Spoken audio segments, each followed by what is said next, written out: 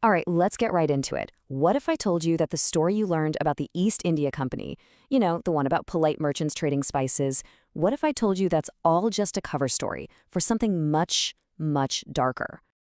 Yeah, we've all heard this one, right? It's the simple, clean version they teach you in school. A bunch of English businessmen just wanted to sail east and trade for some exotic goods. Sounds harmless enough. Well, it turns out that's probably one of the biggest lies in history. The truth is, the company that was born on December 31st, 1600, was never just a trading group. From its very first breath, it was designed to be a bloody army. So you have to ask, how does that even happen? How does a business plan for a trading company become a blueprint for total destruction? Well, it's because the plan for conquest, it was written right into their founding documents from day one. This was never just business. Just look at the official definition. When the Queen of England gave them their royal charter, she wasn't just handing them a business license. Oh no, she was giving a private company the powers of a nation-state, the power to build armies, the power to wage war, and the power to take whatever they wanted. To really get this, we have to go back in time. Picture a freezing night in London, December 1600. The city is choking on a thick, icy fog. The River Thames is literally turning to ice, but inside a smoky, candlelit room, 218 of the richest men in England are gathered, and they're about to ignite a fire of pure, world-changing greed. And what were they so obsessed with? Pepper. Yeah, black pepper. To us, it's just a simple kitchen spice. But back then, in a world with no refrigeration, spices like pepper were the only way to keep meat from rotting through the winter. It was the key to survival. And that made a handful of peppercorns more valuable than gold, and certainly more valuable than a human life. But there was a huge problem. The Portuguese and the Dutch, they were the kings of the sea. They had a total lock on the spice trade. So this guy, Sir Thomas Smythe, a seriously ambitious and ruthless man, he basically slams his fist on the table and says, "We have to seize what is ours. We have to slice through the sea and get that treasure, or we're all gonna rot and die right here." This wasn't a business proposal. It was a declaration of war. And that very night, they put their money where their mouth was. They pulled together over 68,000 pounds. Now you have to understand, in the 1600s, that was an absolutely insane amount of money. It was enough to fund entire armies. That night, a monster fueled by greed was born. Now these merchants, they were smart. They knew they couldn't just go sailing around the world, killing and conquering. That would be piracy. No, they needed legal cover. They needed an official document that would make any crime they committed legal. And only one person in England could give them that kind of power: Queen Elizabeth I. And the speed at which this happened is just breathtaking.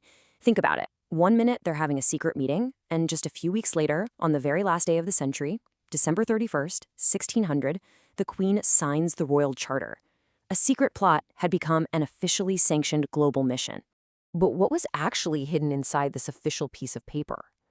Well, yeah, it gave them a 15-year monopoly on trade, but it also gave them the right to raise a private army, the right to build forts, the right to wage war, and get this, the right to kill anyone who interfered with their profits. This wasn't a charter. It was a license to kill. So in February 1601, the company's first 4 ships set sail. They were captained by a guy named James Lancaster, a hardened sailor known as a ruthless sea wolf. And for the men on those ships, saying goodbye to their families on the dock, they knew this was a gamble with death. And the sea did not disappoint. The Atlantic threw monster waves at them. And then the real horror began: scurvy. Men literally rotted from the inside out, their teeth falling from their gums. Every single morning, more bodies were just silently tossed overboard into the ocean. By the time they reached the Spice Islands, half of the entire crew was dead. But did the investors back in London care about the human cost? Not one bit. Because when the surviving ships limped back to England, loaded to the brim with spices, the profit was an unbelievable 300%.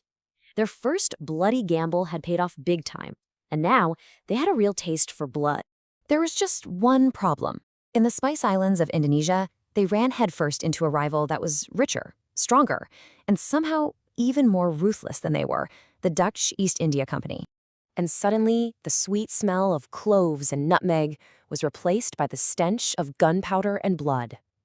The English and the Dutch started fighting these brutal, vicious little battles at sea, slitting throats, setting ships on fire. It was clear pretty fast that this wasn't about trade anymore. It was all-out war.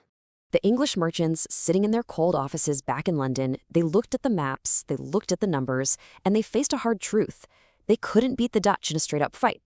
So they did what any ruthless corporation would do. They decided to pivot. They needed a new plan, a new base where they could get something valuable to trade for those spices. So you can just imagine them unrolling their maps, looking for the next opportunity. The Spice Islands were too hot, too dangerous, so where do you go? Where on earth is there another prize for the taking? And then their fingers landed on a place known across the world only in myths and legends, a land they called Hindustan, the Mughal Empire. A place where thrones were supposedly made of solid gold and the markets were overflowing with silks and cotton. That was the new target. But here's the twist. When their ships finally reached the shores of India, they found out the powerful Mughal Empire wasn't their first problem. Another enemy, an older, more familiar European enemy, had been standing guard at the gates for 100 years, ready to kill any newcomer who tried to get in. So the question is, who was it?